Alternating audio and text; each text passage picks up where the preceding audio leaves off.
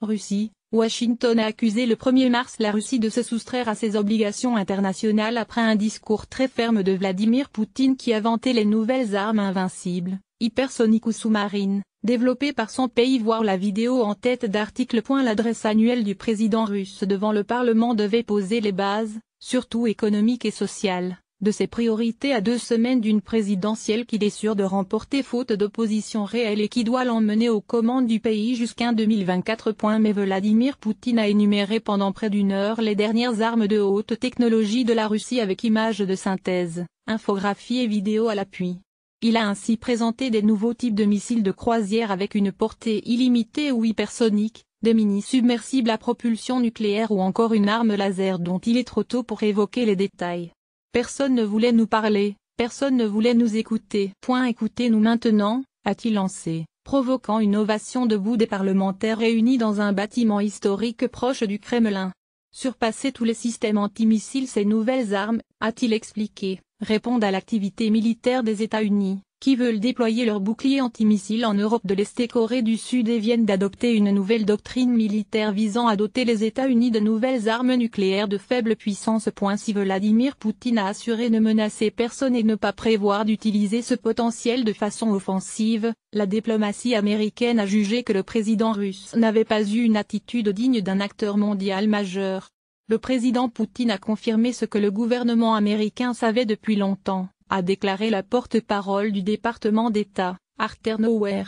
La Russie développe des systèmes d'armes déstabilisateurs depuis plus de 10 ans, en violation directe des obligations découlant des traités qu'elle a signés, a-t-elle ajouté, citant le traité INF sur les armes nucléaires à portée intermédiaire, paraphé par Ronald Reagan et Mikhaïl Gorbatchev en 1987. Selon le ministre russe de la Défense, Sergueï Shoïgu, les armes russes sont désormais capables de surpasser tous les systèmes antimissiles existants.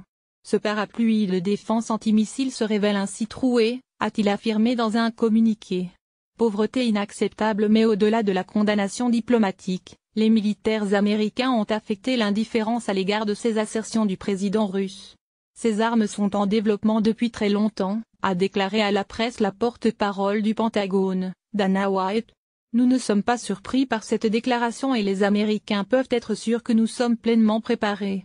D'ailleurs, la nouvelle stratégie nucléaire des États-Unis, publiée début février, tenait compte de ces armes russes, a-t-elle ajouté. Le discours aux accents militaires de Vladimir Poutine est avant tout destiné à un public intérieur 2 semaines avant la présidentielle, estime le politologue russe Alexei Makarkin. Un avis partagé par l'expert américain Hans Christensen, de la Federation of American Scientists.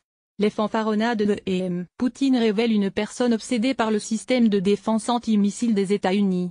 Et consciente de l'approche de l'élection présidentielle, a-t-il tweeté. Vladimir Poutine, aux commandes de la Russie depuis plus de 18 ans, est candidat pour un 4e mandat de 6 ans à l'élection présidentielle du 18 mars.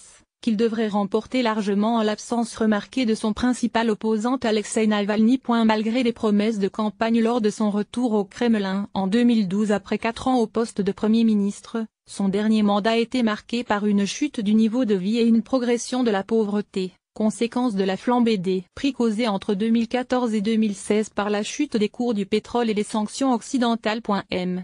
Poutine a ainsi également promis d'améliorer le niveau de vie des Russes et diviser par 2 le niveau de pauvreté inacceptable lors des 6 prochaines années. Le président a notamment insisté sur la nécessité d'améliorer le bien-être de la population et d'investir dans les infrastructures et la santé pour éviter à la Russie de prendre du retard, ce qui constitue selon lui son principal ennemi.